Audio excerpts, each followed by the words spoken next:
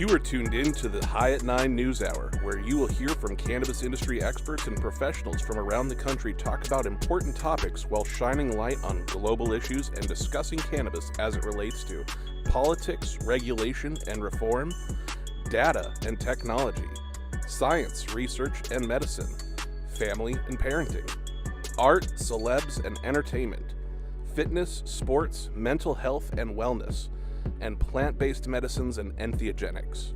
Together, we are building a stronger community, fighting the stigma and creating change. With your hosts, Jason Beck, Rico Lamitte, and Nichole West, joined by special industry expert correspondents from around the country and daily antics brought to you by cannabis. Coming to you live Monday through Friday at 9 a.m. Pacific Time. Thank you for getting high at 9 with us.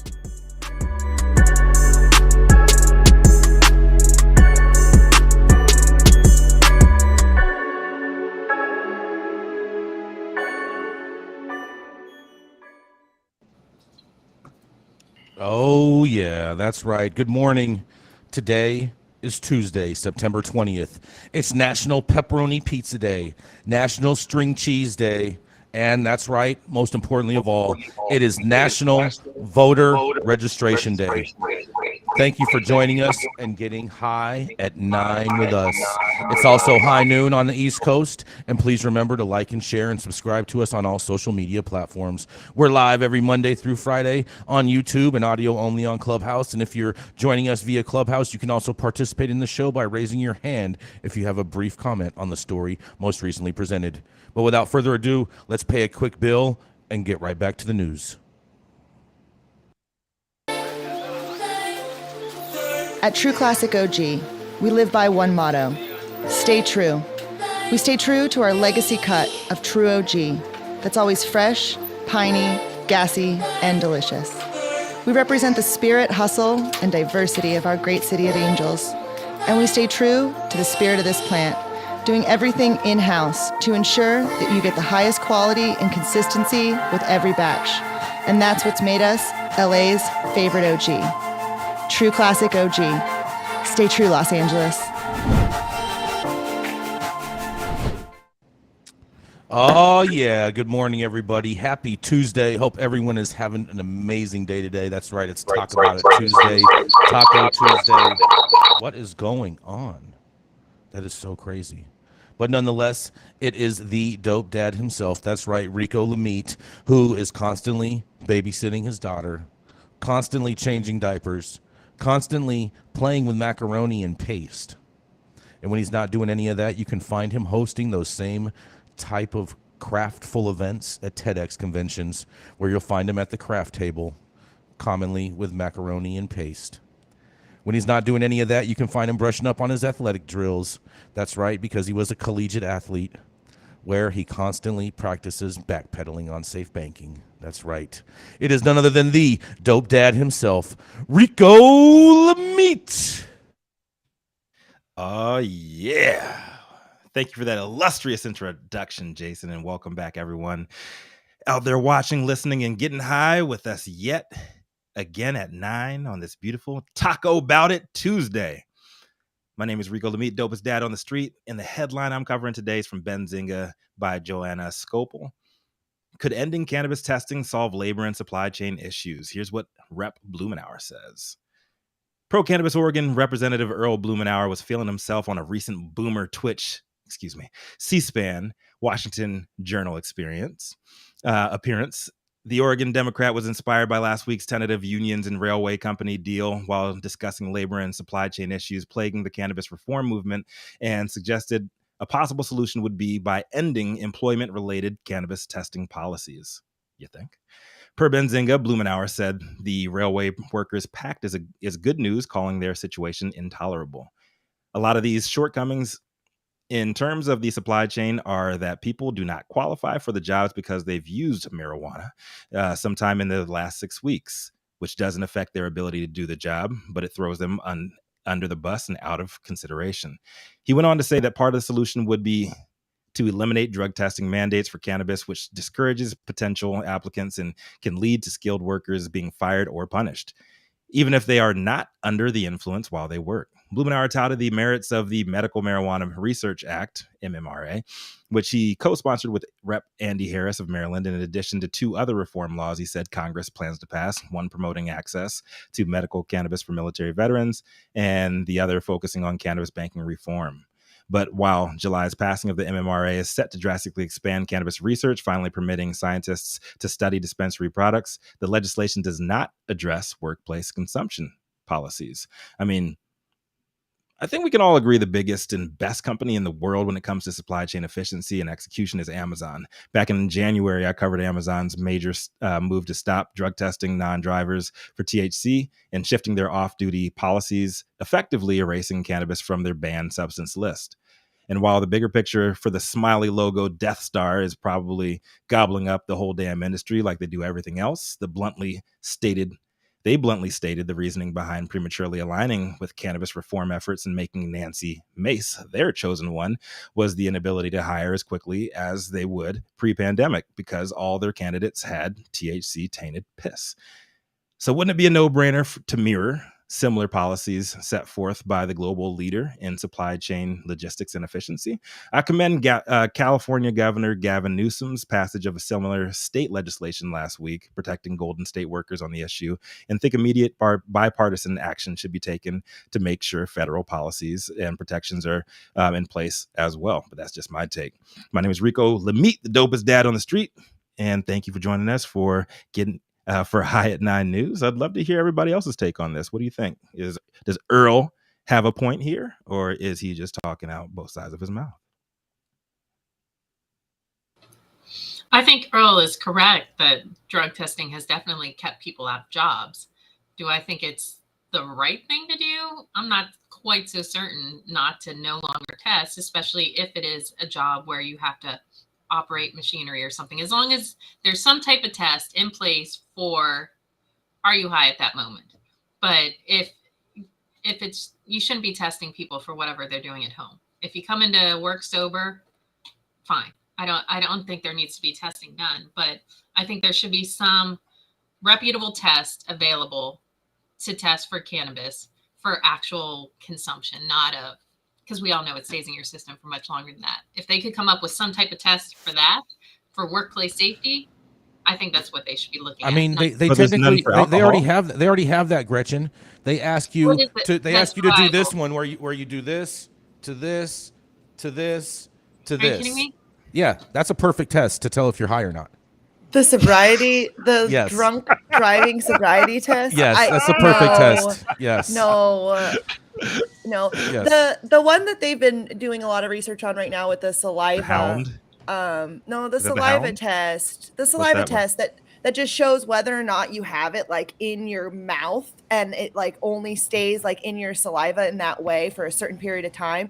And so it would be like you within the past like X hours smoked it. What if you have a big tongue and you produce a lot of saliva? It does work for an edible, but they still have to do more testing to see like the accuracy of it. For the smoking, it was like really they were able to see because the way that the smoke it adheres to your mucosal membrane inside of your mouth. They're able to do it. I mean, working in the corporate world for 10 years and having plenty liquid lunches, I think it's bullshit that you're going to test anybody on anything unless you test everybody on everything. You're working in the corporate world. You're not operating machinery. Yeah, you are. That's what my concern about it. What machinery? Yeah, you are. You're driving. Oh my God, the longshoremen. I used to work at a bar when I was in my 20s in downtown Long Beach, and the longshoremen used to come in. The longshoremen get a 3-hour lunch break, right? They have a whole fucking day. These guys are moving the fucking huge ass cranes and shit, get hammered and go back to work. No, yeah. I live in and then San go move the fucking ships. I live down we should say, all right, I'm saying they're not doing that. They're not doing. I lived in San Pedro down by the LA Harbor for 11 years, and the bars open in San Pedro at 6 a.m. Motherfuckers getting lit all day. Shit, nothing gets done on Capitol Hill because we're all drinking by 10 a.m. I can tell you I've done a lot of liquid lunches. But people are driving too. And I guarantee you some of those lobbyists are driving around people drunk. So, but then, Gretchen, if we're not able to like the science behind the ability to do it, like the science behind the ability to say, what's your BAC level, right? That's proven. We understand that. And so we can do math if we want to call you out and be like, hey, I need to have a test run. You just crashed the fucking UPS car. Right. But when that happens and it's cannabis, if we don't have that threshold, where do we go? Because it's like you get fired for somebody hitting you in your work vehicle, right? And it's because 3 days ago you smoked weed. Right. And I'm saying let's just say one person smokes weed until we have that technology. Let's just say one person smokes weed, one person is drunk. The drunk person in a forklift runs into the high person on a forklift. It's totally the drunk person's fucking fault, but the drunk person doesn't have to take a sobriety test. The high person does. I think that's absolute utter bullshit, and I think it's going to disproportionately hurt the people that are most at risk. Where the drunk guy who crashes something doesn't get his blood tested. What are you because talking about? you said that they need some kind of test to test their THC sobriety. There's no test in place to test people's fucking drunkenness in the workplace right now, or to test. Yes, there is. Yes, there is. It's called a pipe dream. It's called a pipe dream. What about prescription drugs? Prescription drugs. It's called a pipe dream. Where you get into some fucked up HIPAA argument, and you're like, God, I don't think you should be doing. What does your prescription model say? You're like, oh fuck, I'm not allowed to ask that. Like, damn near every opioid says do not operate heavy machinery. When shit goes wrong in the real world, you get a blood test. That's what they do. When shit goes wrong in the real world, hospital, people of color that's get how they hurt do it. the most. I don't get some old lady like the factory nurse taking my blood. No, that doesn't fucking exist. But they would send somebody out to get a blood test and see what is in their system, because it's a liability to have drunk, high on kite opioid people working there. They have to figure that shit out. You think none of that happens? You don't think they test people if there's a major accident? How many doctors are in the ER that with no sleep at all? They're on fucking pills. They're on fucking drugs. They're I'm serious.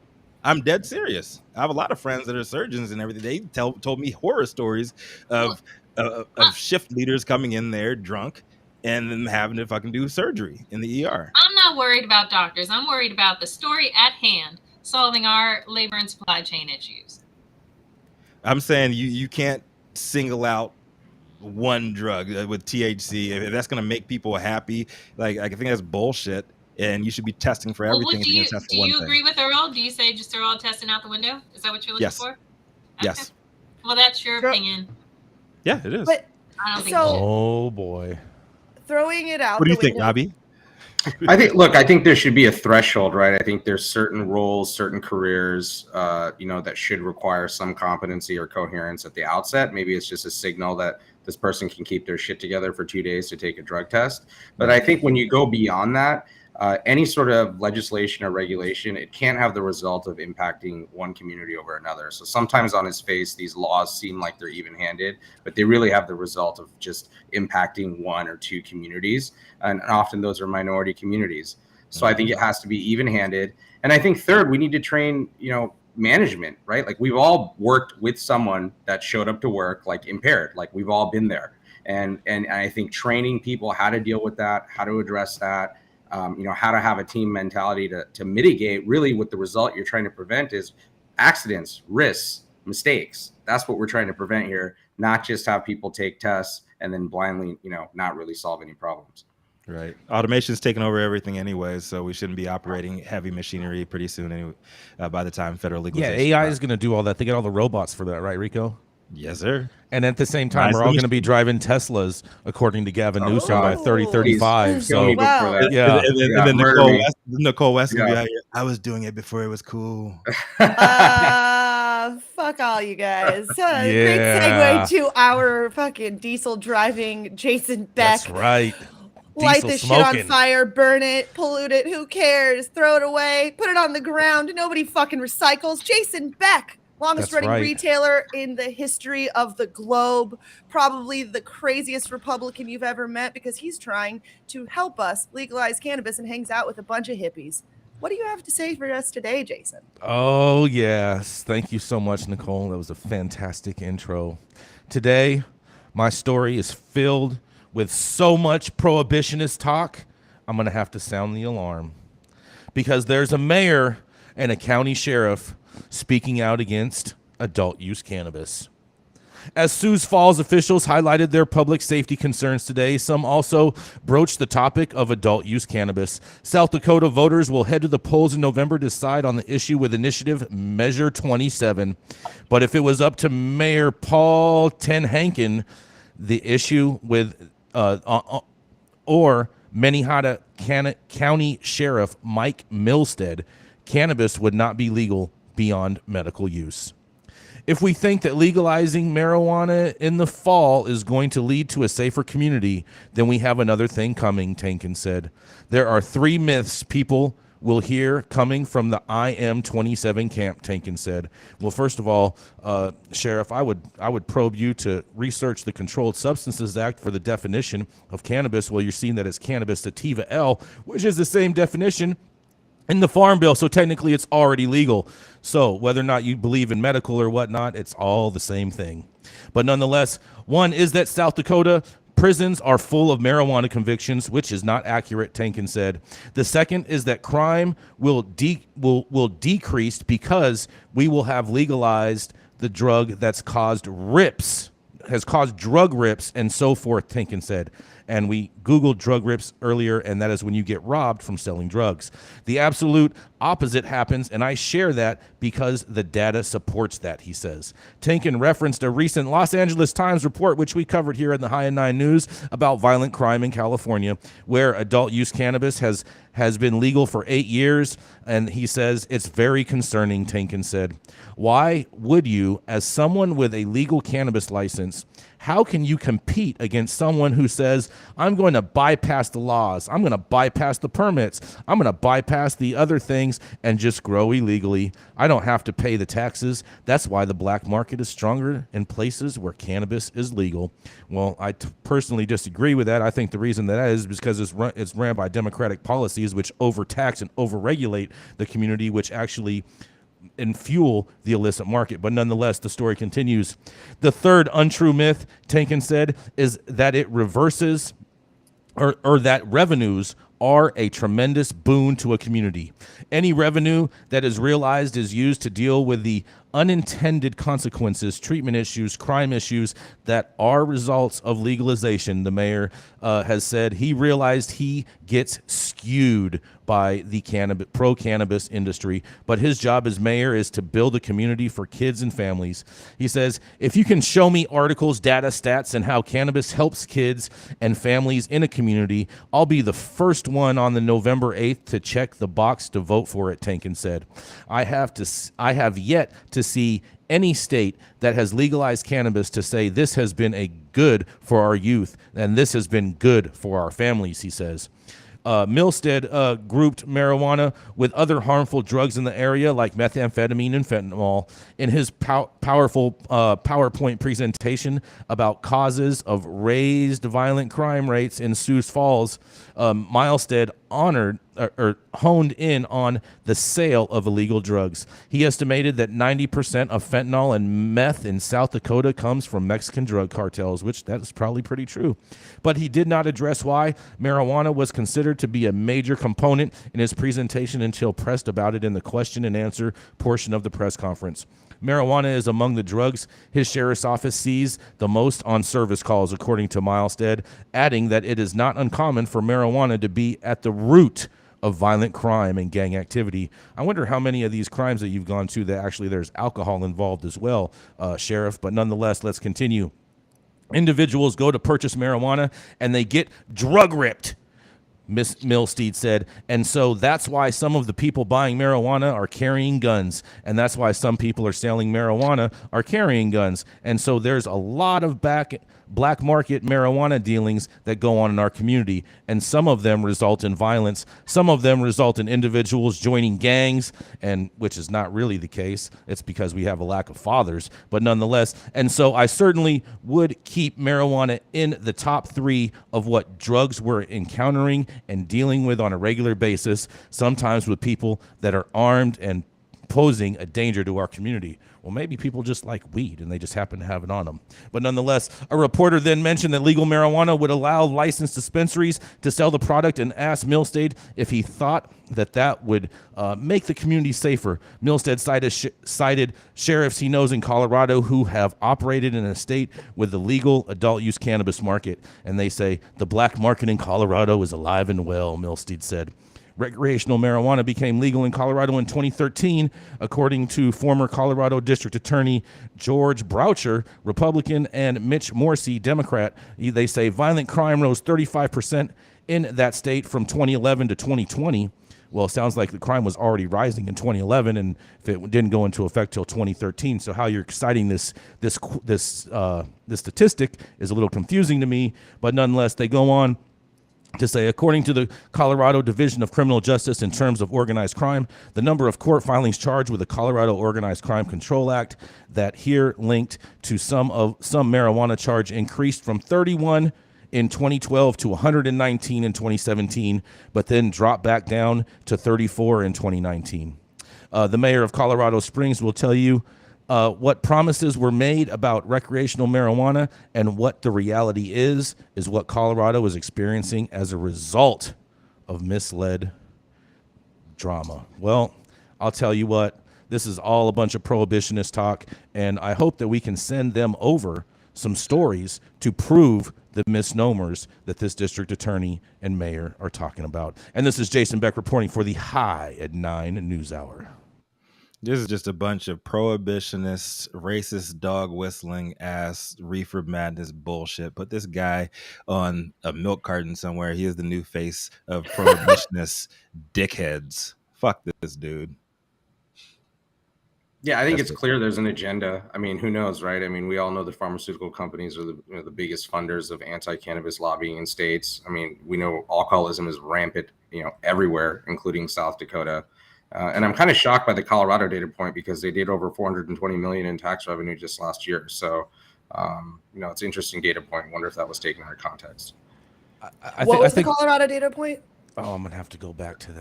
The tax revenue collected as a result of cannabis in the state of Colorado in 2021 was $423 million. And I think there was a reference here where the South Dakota official was referencing how someone in Colorado was complaining about how there's not really any tax revenue. Oh. He's basically saying that all the promises of the tax revenue going to help the kids in schools and all this was all just all full of lies. As somebody who lived in Colorado and paid a lot of money to the Colorado government in taxes, there's definitely that disconnect in Colorado in general. People in Colorado, when they're having to shut down arts programs and schools on a regular basis and that sort of thing, like they're regularly being like, where's the fucking weed money? And that's kind of the conversation that gets had quite frequently when anybody who's against weed is looking for money into whatever the roads, the schools, whatever it might be. Well, I think but if you do look at it, the money is going. I think people just don't understand how quickly the fucking government spends money. Yeah. Also, I think people have a myopic view. Like, the economy was shut down for 24 months. Like in a lot of states, it was cannabis tax revenue that was carrying those economies during COVID. No, that's so true. It's very, very, very true. All those PPE loans carrying the country through. All right. So let's keep this party going, man. So this cannabis business consultant specializes in efficiency, agriculture, and compliance and draws upon wisdom gained from 30 days in a cold, damp Colorado cell where she emerged like the phoenix, here to inspire businesses to do better and show up for more than just getting hyphy over spreadsheets. In her spare time, she enjoys busting bullshit from state to state and is currently working on her doctorate in dirtbag psychology at Long Beach Community College. Coming up next is the self-described general data bitch, Nichole West. What you got for us on this Talk About It Tuesday? Good morning, everybody. Happy Tuesday. Today, my headline is actually coming out of Florida. Some real Florida man shit, but this is actually happening publicly, which I'm kind of blown away. Just a short drive from Orlando, Tampa now has magic mushroom dispensaries. And this is coming out of the Orlando Weekly by Colin Wolfe. It appears Floridians now have a legal avenue to actually enjoy a fish show. Yorba City's Chillum Hemp Dispensary has operated out of 1714 East 7th Street since 2018. It's now known as Chillum Mushroom and Hemp Dispensary since it now carries mushroom products. The store now stocks different grow kits, spores, mycology, cultures, functional mushrooms, and yes, magic mushrooms, says owner Carlos Hermedia in a press release. The catch is that these magic mushrooms are legal by federal law because these mushrooms don't contain psilocybin, but chemicals that are legal and surprisingly similar, but they do make you trip. Chillum says he legally can't sell any mushrooms that contain psilocybin, one of the most common ingredients in the popular magic mushroom, but they can legally sell grow kits and mycelium cultures. Psilocybin is still illegal, but the study of mycology is very legal, and as long as there's no psilocybin present, says Hermedia, that is why we sell mycelium for psilocybin mushrooms. This is our hope that in promoting the study of psilocybin, that we will promote the legalization of all magic mushrooms. That being said, if you express you want to grow these mushrooms, we legally have to deny you service. It's like back in the day, if you used to tell the head shop that you were going to smoke weed out of your bong, that they weren't supposed to sell it to you. They're like, this is a tobacco pipe. So along with a variety of other shroom-related products, the shop also now sells Amanita. Amanita muscaria is known as fly agaric, agaric, fly agaric, which is the bright red mushroom with the white spots that was popularized by Alice in Wonderland and Mario and Luigi. This mushroom, in fact, is poisonous and carries psychedelic properties from the botanic acid and mucosamol rather than psilocybin. Surprisingly, fly agaric is legal in every state currently except Louisiana. And the shop sells it in multiple forms, including gummies, capsules rolled up into a hemp joint. And according to its website, you can purchase it in other forms and grow it yourself. While it has been known to cause intense euphoria, documented side effects from fly agaric include drowsiness, cramps, diarrhea, and rare case coma or even death, according to the National Library of Medicine. Inspired by the Vancouver mushroom scene where it's still illegal, but cops don't care and dispensaries sell it anyways, Hermedia says his shop is the first ever mushroom dispensary in Florida and in the U.S. I don't think it's the first in the U.S., but I'll let you have that, Florida man. I was heavily involved in the cannabis and hemp movement in Tampa Bay, which isn't very possible, and across Florida, says Hermedia, and I see psychedelics and mushrooms in particular as the next big steps towards freedom. I agree with you on that, sir. So Abby Hetrich, the assistant manager at Chillum, says the amount of mushrooms you'd have to consume to get high depends on the product and potency, with joints being the fastest acting and the shortest duration. I've never smoked a fucking mushroom before, guys. I'm super interested in this conversation. Those bright red mushrooms, I've always been told, don't fucking eat them. They're super poisonous. Apparently, they also make you trip, but I'm super interested to hear what everyone else has to say. What do you guys think? How long do you think this is going to last? I'm super curious if this continues and more open up in Florida. But I'm sure 100% this is not the first mushroom dispensary in the United States. It's definitely not. Getting high at 9 with y'all. Shout out to Tampa. It's definitely not, Nicole, because there's been these types of stores in Oakland for a number of years. Yeah. And they've even been raided by the DEA. And so I imagine that this gentleman will be up for the same type of thing, probably spending the holidays locked up somewhere in Florida. A little neighborhood door knock. Well, you know what I'm saying? DoorDash, Little whatever you guys call it. knock? Yeah. A no-knock warrant, probably. It's Florida. Isn't Tampa like known for like their strip clubs? Yes, actually. Like, so like shrooms and boom boom rooms. I love it. I was at a strip club one time for my birthday with one of my buddies, and he came to my birthday party because it was my birthday, high as balls on mushrooms. He paid a stripper $200 to move so he could stare at the wall that was like covered in velvet. It was the most amazing shit I've ever seen in my life. She was trying to dance on him, and he paid her. He's like, "Can you just move? Like, I'm staring at this wall." And she like looked at him, and was like, "What the fuck?"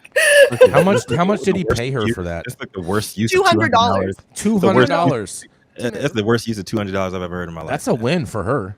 It was a huge win for her. We were in a private room, and we were supposed to have everyone was supposed to have their girls, and he's like, "No, just leave me alone. Here's your money." Unless she was shout out to the working moms out there. It was good. Come on now. Yeah, I mean, unless she was doing it for the love and attention, because if she was, then it's a loss for her. No, it's exactly. That was a huge win. She got a lot more than tension. Main point is Rico. mushrooms are not good at strip clubs, to that story. Well, You you know, like- I would argue. I Jiggling. mean, if you're in a podunk town that doesn't have any hot strippers, I mean, mushrooms might be the best thing to make those girls look hot to the Right. consumers. And, No, the, bro, and the that's the jiggling and opposite. wiggling That's the just don't opposite. quit. You know Oh what I'm man, saying? I think we need a Keeps on commercial and a going. disclaimer on that one, and we don't have anything good to sell. So Oh Jiggling, man. wiggling, and giggling. Oh man, you guys are so cute. So cute. Welcome to Los Ashes, the headiest city in America. Los Ashes is a 10-pound smokable city curated and created by the world-renowned roller Weavers. In the past, Weavers has amazed cannabis lovers with his roll jobs, such as the smokable 5-pound rocket launcher and the 10-pound Darth Vader. But now Weavers is rolling an entire city. Have your business featured in Los Ashes with a ton of different sponsorship opportunities available. Contact Weavers at smokablecity.com for full sponsorship information. the thoughts and opinions and general shade thrown on the High at 9 News are those of the individual speakers, not those of any other speaker and its followers. The statements made do not constitute legal or accounting advice, and speakers make no representation regarding the legal status of any substance, area, territory, or authorities.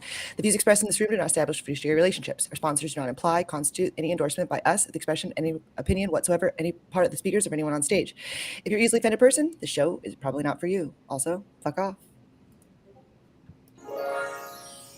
Flying into LAX and you want to taste some of the best weed in the world? Then stop by LAXCC, the closest dispensary to LAX. Located at 8332 Lincoln Boulevard and open from 8 a.m. to 10 p.m. 7 days a week. Always make LAXCC your first stop when you touch down in LA and score like a winner. And don't forget to tell them I sent you and mention you like to get high at 9 for 10% off your full order. She splits her days and nights between cooking and baking delicious treats and battling out on K Street with pot-loving libs across the aisle. But don't let the apron fool you, because she's a full-time, feisty, redheaded conservative with Mayflower roots and unhealthy love and affection so tenderly for safe banking, along with her cohort, Jason Beck. Coming to the stage next, the founder of Panoptic Strategies and our very own Washington insider, Gretchen Gailey. What you got for us today? Coming out the East Coast. Good afternoon, Rico. My headline is coming from Marijuana Moment, and my headline is Minnesota Medical Marijuana Company sues state for the right to sell THC edibles to all adults, not just patients. A Minnesota medical marijuana company is suing the state in an attempt to secure the right to sell THC edibles to any adult over 21, just like other businesses are able to do under a recently enacted hemp law. The medical cannabis company argues that the current policy amounts to an unconstitutional double standard. Vireo Health, which is one of 2 medical marijuana companies authorized to sell cannabis to registered patients in the state, filed a lawsuit against several Minnesota agencies in a state circuit court late last week. The legal complaint centers on a unique law that was enacted over the summer that allows hemp businesses to legally market certain cannabis products, including food and beverages infused with THC, CBD, and other cannabinoids. While those businesses are able to market the cannabinoid-infused edibles to adults 21 and older within a limited regulatory environment, Vireo said that it's currently prohibited from doing so at dispensaries, where the company's operations and sales are heavily regulated and must comply with stringent testing, reporting, security, and eligibility requirements. There is no rational basis to create several legal requirements for sellers of medical cannabis-derived edibles like Vireo and sellers of hemp-derived edibles. Medical cannabis and hemp are the same plant species. THC from medical cannabis is the same as THC from hemp, but without any rational basis, Minnesota law treats medical cannabis-derived edibles very differently from identical hemp-derived edibles. The irrational discrimination against Vireo violates the Minnesota Constitution. To remedy this unconstitutional discrimination, Vireo seeks a declaratory judgment expressly allowing Vireo to sell and distribute medical cannabis-derived edibles, just as hemp-derived edibles may now be sold and distributed, and striking down any Minnesota laws that prohibit Vireo from making such sales. The company said that the problem isn't exactly about conflicting statutes on THC. Rather, it's that hemp-derived edibles that have recently been legalized in Minnesota do not have the same regulation, oversight, testing, and customer eligibility limitations as the medical cannabis-derived edibles sold by Vireo. There are simply not enough regulatory or law enforcement resources available to ensure that hemp-based edibles being sold in Minnesota are legal and safe. adding that the issue could be partially resolved by giving Vireo that ability to market edibles with THC derived from marijuana that contain the same allowable cannabinoid contents. If other companies can sell hemp-derived edibles to anyone over the age of 21, then Vireo should be able to compete with them by selling its chemically identical products. There is no rational basis to limit consumer choice and restrain Vireo's business when Vireo's medical cannabis-derived edibles are identical to hemp-derived edibles that have the same type, quantity, and concentration of THC. The lawsuit names multiple defendants, including representatives of the State Health Department, Office of Medical Cannabis, and Attorney General Keith Ellison, along with the county prosecutors who the company wants to block from pursuing any criminal actions against it. I would say that I'm on board with Vireo's argument. I think Minnesota definitely waded into waters they weren't ready for when they allowed THC through hemp products and through Delta 9, which they legalized this past summer. And so now they're just starting to see the repercussions of what they did. I think absolutely that these guys should be meeting the same regulatory requirements that they are. And I think Vireo has a very good chance with this lawsuit. This is Gretchen for High at 9 News. Thank you for covering this, Gretchen. I agree with you wholeheartedly on that. They made their bed. It's time to sleep. I mean, yeah, I think they ultimately will be successful. I mean, this was definitely a legislative blunder on the part of the Minnesota government, but nonetheless, the people shouldn't be punished because of a blunder by the government. So are you saying that they shouldn't win this lawsuit? I think they will. They will win the right. I think they'll win the right to sell THC edibles. I was so confused when this happened, like, because it was like I think I covered the story. When they first realized oh shit, we accidentally legalized this. The article that I covered, I want to say it was 2 weeks ago or 2 weeks ago.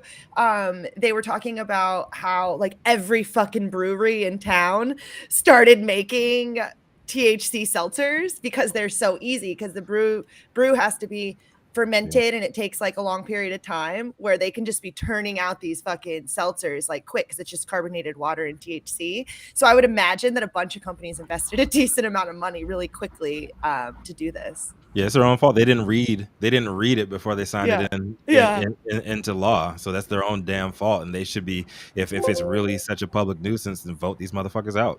It sounds like some staffers definitely getting fired, wouldn't you say, Gretchen? I don't know about that. I mean, it's going to be hard to pin this on whoever came up with this plan.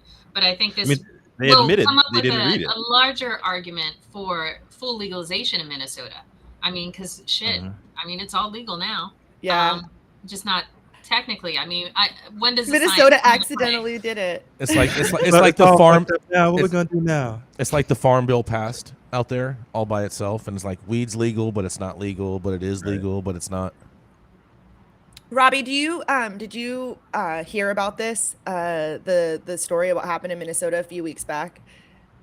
No, I did not. So they accidentally legalized edible cannabis, THC, in the process, and one of the guys that was a part of the bill was we didn't just legalize weed, did we?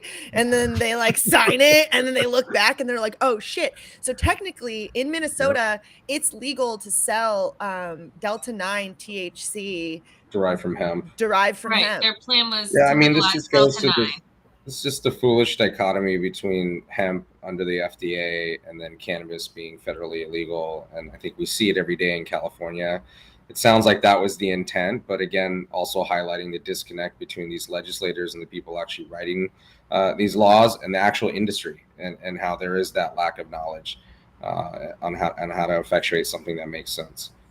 Well, and it also shows the complete disconnect between science. It's how are these lawmakers not understanding that these are the exact same chemical profiles? Well, I think it's because of the cotton lobby way back in the day. I think this is straight politics. I think we can go into another whole episode on why hemp, cannabis, and that whole dichotomy. It's all politically motivated. Follow the money. Oh yeah, that's right. It's always politically motivated. Oh yeah. I can't wait for more states, especially in the South, to make the same mistake. I mean, Legalize you really think they're going to make the fine same? print. You really think they're going to make the same mistake after one state Yes. made the mistake? Yes. You're crazy. You're fucking tripping, Rico. We're talking about politicians, man. They're some of the most incompetent people on earth. I agree with you on that part, but I disagree with you on the other part. Like, All I mean, right. how many states follow the same bullshit that we fucked up here in California and then continue to do the same exact thing? I mean, it's the same issue. It's in Right. every state. It's just, is it taxed? Is it not taxed? Right? It's we can call it recreational, medical, Adult, traditional. yeah. Like, Is it taxed? Is it not taxed? I It's thought there. you guys were talking about recreational. I don't know Recreational what is the most stupidest term in the What world. is cannabis? I call it marijuana. I think there was after when I went to jail, there was a group that was like trying to prove how stupid the law was in Colorado, and it was called Taxed Not Legal, and they were showing all of the like flaws in the state, and that guy got fucked with so bad by the government. But the whole purpose of his movement was tax not legal. Like, you guys are just taxing it. You're not technically like legalizing it for us. You're just taking our money. Oh, yeah. That was a great story. Thank you so much for that, Gretchen. Coming up next, she's an integrative medicine internist and two-time best-selling author. She's the CEO of Balanced Medicinals. Dr. Mary joins us today from the NYC, and she does the research and converts it into effective treatment so you don't have to. When she's not treating patients with alternative medicines, she can be found in front of her video camera cooking or walking the Upper East Side. That's right. It is none other than the Dr. Mary Clifton. Hi, good morning, everybody. Oh, over here on the East Coast, I'm talking to you from New York City. Thanks for that. I have an article about how the New Orleans Police Department says that not use marijuana within the past year are not automatically disqualified as being cops. New developments within the within the industry that has been used for years, and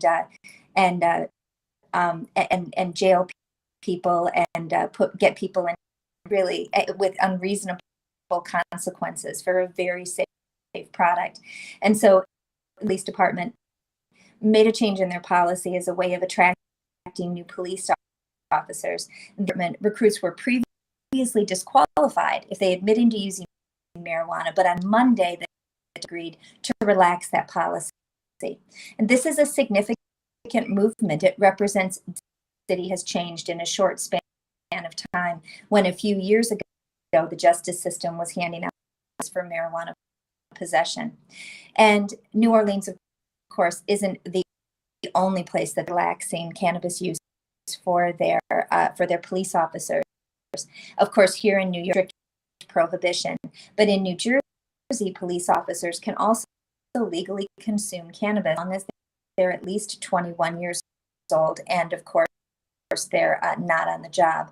Attorney General Matthew Platkin told police chiefs that they, quote, may not take in against any officers because they do or do not use cannabis off duty.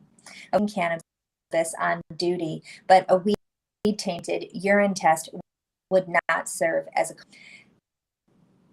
I think it's a great move. I think it's a great direction, and especially when police officers are dealing with so much fear and anxiety on their job. If not all of them probably suffer from PTSD and chronic pain from the work that they can see the benefits of cannabis as an individual. I think it's going to drive their people that they're dealing with at their job. So, but Dr. Mary, this is just saying that I'm sorry, you're cutting out a little bit, so I want to make sure that I understand. This is just saying that the police, if somebody's trying to become a cop, as long as they haven't smoked in a year, they can still apply. Okay. Yeah, smoke off duty, but in New Orleans, they're saying that it's not an automatic disqualification. I agree, and in a lot of the conversations we had earlier, we were worrying about vehicles when they're using cannabis, but there really isn't good research that that can affect on your driving capability. Okay. If you mix But cannabis also, with alcohol, you wouldn't want cops. You wouldn't want cops to be high. I would agree with Gretchen. I wouldn't want cops to be high on the job driving police cars around. I wouldn't. Oh man, it'd be so awesome. Yes, it would. We play bumper Oh cars. yeah, it'd be all litty titty. Fucking turn on the lights. Yeah. I'm gonna turn on my light. No, but you know what? well, I agree I that think I this. wouldn't want to cop drive cannabis, but I don't think that we have to limit people who are operating machinery if they're Right. unless we're going to agree that we need to limit people who are also on antidepressant medications or anti-anxiety medications. You know, there's a lot of medications that can. We did talk about that earlier, and that's something that I am curious about. Like, so the bottle says, and like this is something that I've always been the bottle says, do not operate heavy machinery. Doctor prescribes it to someone, says, take this medication. Now, their job is to operate heavy machinery. Is it up to the patient to tell the employer, their boss, hey, I'm taking something and I'm not allowed to use this machine? Is that the liability requirement of the employee to do so? Because we're having the HIPAA conversation, because I, as the employer, cannot come up and say, hey, are you on farmies that are making you drive this tractor like an asshole? But like, I can see that you're on farmies that are making you drive the tractor like an asshole. But like, is it, and I can't legally ask because that's HIPAA, but like, I know my company's in danger, what I'm seeing. And I'm like, oh shit, what do I do? Is it the responsibility of the patient that to tell the employer? I'm not a lawyer, but when I'm counseling people, ooh, Robbie, you're a lawyer. Robbie, what do you say about that labor law question, Robbie? Would it be my responsibility if I was on medications, but my job made me do, like I was a tractor truck driver and my medication said don't operate heavy machinery that I'm taking every day? Is it my job to tell my boss? Probably only insofar as that you've probably signed an employment contract or an employee handbook that would like obligate you to do so. Okay. So I would say most 100%. It's and then you have a duty, outside of any of those contractual arrangements. I mean, if you're operating heavy machinery, like you have a duty, right? And a lot. So if you get hurt, but you didn't tell your employer, would that potentially waive the workers' comp and everything if you were on pharmaceutical medications? I think there's statutes in most states that probably prevent that waiver. They're all very about that. There's a lot of very workers employee friendly. That's denied. California will cover the employee. Yeah, California's will cover the employee. Yeah. Well, two things here, Dr. Mary. Number one, I think it just doesn't go far enough. I think it should be covering them. I think they should be able to have current cannabis use as well. That's just me, and I know you guys are thinking like baby steps for that. I say fuck baby steps. They should be able to have current weed use. But even further connecting to my story earlier, they're not going to be finding any recruits that haven't used weed in the past. Like we're at that point that you're just not going to find any candidates for jobs that are passing drug tests. Yeah, period. not only that, Rico. Oh, go ahead, Gretchen. I'm sorry, I completely disagree with that they should be allowed because, frankly, especially a police officer. Because they're allowed to drink. They can drink all the fuck they want. They get drunk and beat people down. Can I finish my statement before you try 1 minute and we got to go to our next correspondent? I'm saying a police officer is a job where you could be called up at any second to have to do something. Same as like a pilot is not allowed to consume so much before they know they're going to fly. And if they are supposed to fly, they can't if they have consumed alcohol or something beforehand. I don't think you can be in that kind of position where, oh shit, a riot's breaking out. I need to call up my troops, and then half your guys are high. You can't have police. I don't know. I get high approaching a riot than having them drunk and fucking out of control. I think you need to allow them the ability to smoke cannabis and trust in their ability as law enforcement officers to know that they are going to be sober when they are when they are working. But the Emergencies reality, for cops. but Gretchen, the reality right, of it is we're this: done with this is that we have story. a public sentiment that has been defunding the police. We have no one that is applying to be yeah, cops Jason, in we're neighborhoods.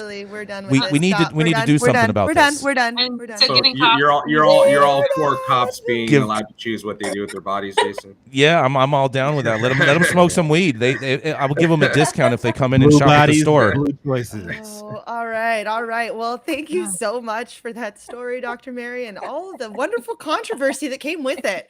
And it is my pleasure to introduce our next correspondent. Robbie Pinamanini is a friend of mine and somebody who I've gotten a chance to work with over the years, and I'm just so excited to have him on stage with us. This cannabis investor, business developer, and licensing attorney spends his days calling the shots on what's next as the head of corporate development at delivery machine that is known as Ease, and his nights recovering from the mentally exhausting days of regulatory gymnastics as a lawyer and trusted advisor to the cannabis industry. What do you have for us today, Robbie? Welcome. Nicole, thanks so much. Hi at 9 crew. Glad to be part of this. Today we have a very exciting headline coming all the way from the great state of Michigan. Michigan fines cannabis firms $116,000 for late financial reports. The Michigan Cannabis Regulatory Agency recently issued 8 cannabis industry fines totaling $116,000 over the firm's failure to submit financial reports by a deadline. Michigan regulators last month began publishing monthly disciplinary action reports they issued to cannabis businesses. The first report includes 8 fines totaling $116,000 for failure to submit proper financial reports by the deadline, but no other violations were reported. Simon M. Guma, a certified public accountant and president of Guma Acho, told us that Cannabis Regulatory Agency is filing complaints and assessing fines. The CRA fines businesses between $8,000 and $10,000 for each overdue statement, which were each usually more than a month late, according to formal complaints. Some had overdue statements for multiple licenses, and others were fined for violations related to 2020 statements. Infinite Chemical Analysis Lab Director David Egerton, whose company was fined $20,000 for 2 late statements, said that the CRA made the requirement in 2021, but amended them in 2022, which caught many facilities off guard and led to Infinite's late filing. The other firms fined by the CRA include Bell Soul Wellness, the Relief Center, the Relief Essence Provisioning, Green Koi, the Sweet Leaf, and Kalamazoo. In July, the Michigan CRA issued 70 formal complaints against adult use companies and 3 against medical licensees, according to the monthly statistical report. This is really interesting to me. On one end, we have, licensed operators are trying to do a right thing in an environment where, the equity markets are down, the cost of capital is high, and they're getting fined here. And then there's a thriving traditional or black market in the state of Michigan. So, on one end, I see this as just a further impediment for the licensed operators, and having dealt with regulatory agencies and paying fines and reviewing amended documents, often with Unicole, trying to figure out, what X, Y, and Z mean and what we owe. Things can get confusing, and I think there needs to be more communication and more guidance, rather than these sort of, almost ridiculous fines, for people that are trying to do the right thing. I'm sorry, but I have zero sympathy for these companies who cannot get their shit together. They want to be full-grown businesses in the real fucking world and can't figure out how to pay their taxes and do their business. It's bullshit.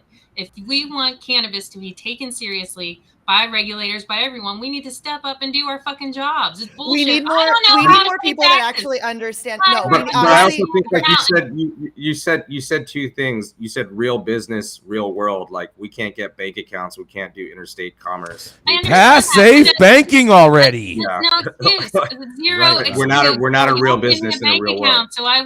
so I won't follow the law.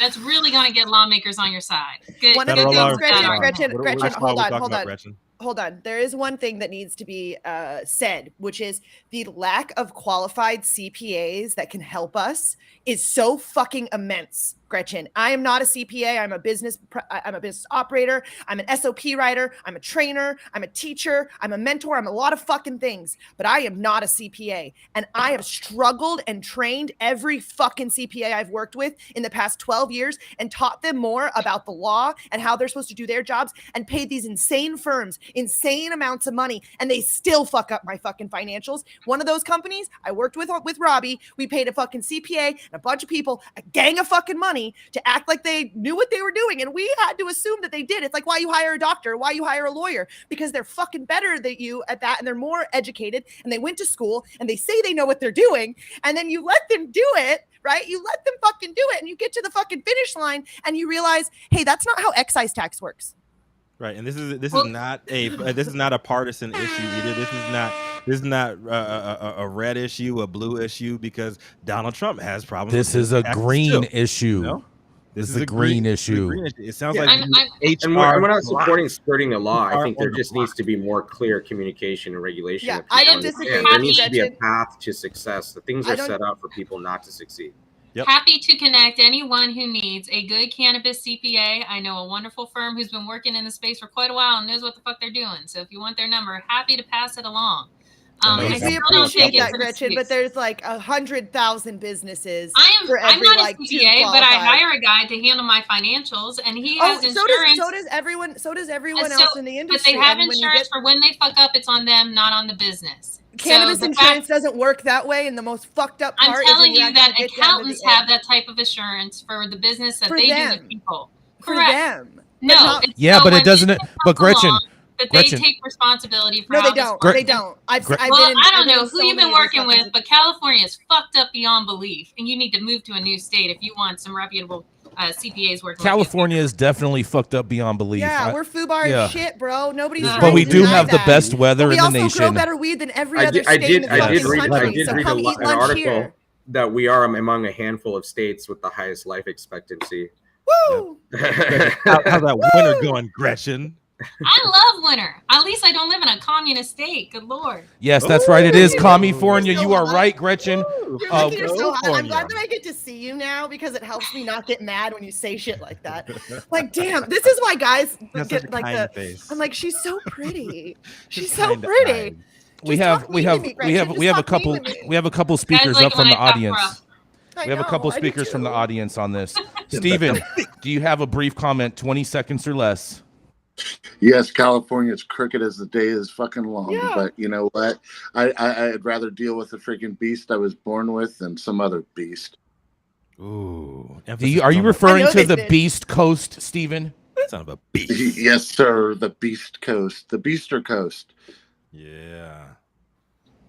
Oh yeah. We got another speaker? Oh, yeah. Someone Another else in the speaker, audience? Jason? They raised their hand. I allowed them to come up, but they have not popped up yet. So They kicked rocks. I So don't know. is our final correspondent ready? I'm still seeing Roz with her that she's on a call. We only have 4 minutes left. Yes. We could talk about I how would that say, CPA all right, sucks, I though. can bitch about some other stuff. Yeah. They call me HR. Let's get a Gretchen rant going. I'm just saying, I think another major problem with cannabis businesses and their problem with financials is there's just no institutional knowledge. I think that so many companies run through their CFOs, they run through folks so fast. Then when shit hits the fan, Yep. and they have to go back and look at, and the IRS is like, what did you do 2 years ago? You fucked I've up. seen. There's I have- nobody How do you there. I have a another- way What's around? wrong? I have another CFO scenario. when it I've was seen a lot of legalized 4 CFOs years run ago. through fucking Like, companies. how do you have I mean, there's no way to have institutional knowledge. Like, I mean, Right, even so, but even the if IRS companies- tax code has changed in the last 5 years on Yeah, how and you it treat changes. cannabis. I'm Our just tax structure suggesting in that, California has changed every 6 months for the past Yeah, 2 I was gonna years. say it changes. I'm inside suggesting, year. and I'm sure Nicole will agree with me on this, is that if companies have good business practices, they have good programs, things set in place for Define when those good, though. people Oh, do yeah. So I agree with you on that. You're not Corporate wrong, governance, Gretchen. 100%. The cannabis They companies do not have desperately need that. corporate governance, And I it can be support that. done. It So can Penny be done, Milky- and there But are on- some but on that are top of doing that, it. the I'm just saying laws the are percentage changing is small. so quickly. The laws are changing so quickly. The rules change so quickly, and nobody in California through and through is compliant. Period. It's impossible to be compliant through and through. So Penny how That's Milky. are you- anywhere. That's not just California. That's literally Yeah. everywhere. Penny And I think- Milky. at the Yeah, end of the day, they're- except Oklahoma. Oh yeah, everyone in Oklahoma is like Everything. perfect. Everyone in Dude, Oklahoma is wow. perfect. Penny Milky, who's in Clubhouse, says, and in regards to these Michigan licenses, says that each license report is about $10,000 to complete each year. Okay, So they You can't even write that off either. $10,000, and then they got charged $10,000 because they were late. now, and then you have I'm to wondering. pay someone $10,000 to do it for you. So then you're But paying it's like funny. $30,000. It's funny You go to because HR Robbie, and remember block. when we were working in Michigan a few years back, Yeah. and I was like telling our client, I'm like, bro, they're just gonna come in here and they're gonna start fucking nickel and diming you with 5,000 here, 3,000 there, 5,000 there, and they're like, no, Michigan doesn't give a fuck. And I'm Yeah. like, today, today. But if you don't do it now, you're going to be the asshole Yeah. in a year when they do give a fuck that gets a bunch of fucking fines. Like, just be ahead of it. And Gretchen, you're not wrong. People are fucking lazy. People are doing a shitty job, but there is a very, I will fight this. I will fight this. There's There another- are so few fucking CPAs that are qualified. It sucks. There's And another so- side of this coin. What? There's one other side of this coin. three There sides is of it. also the operators that are super shady, that hire a CPA to do a job correctly for them. But then when they find out all the shadiness that the operators are operating in, they tell them, no, do this my way and fix all of this and put it this way and that away. So in that way, they can avoid detection of their shadiness. I've quit jobs. I've quit jobs like that for sure. That's See what I'm saying? It's not, that's not not false. But I think we made it. We made it to the end of the show. And Roz, I'm sorry you did not get Roz your has tire dropped fixed off. in time. Bro, she had a flat tire today. We missed She you, Roz. had a flat. How do you have a run flat with BMWs? Bro, anyway. I'm just saying.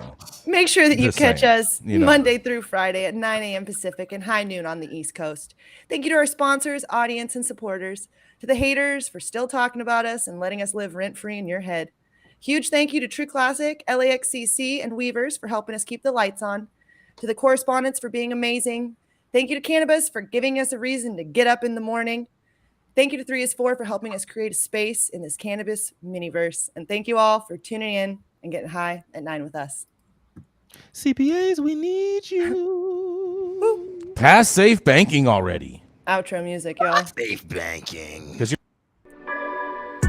You are tuned in to the High at 9 News Hour, where you will hear from cannabis industry experts and professionals from around the country talk about important topics while shining light on global issues and discussing cannabis as it relates to politics, regulation and reform, data and technology, science, research and medicine, family and parenting, art, celebs and entertainment, fitness, sports, mental health and wellness, and plant-based medicines and enthogenics. Together, we are building a stronger community, fighting the stigma and creating change. With your hosts, Jason Beck, Rico Lamitte, and Nichole West, joined by special industry expert correspondents from around the country and daily antics brought to you by Cannabis. Coming to you live Monday through Friday at 9 a.m. Pacific Time. Thank you for getting high at 9 with us.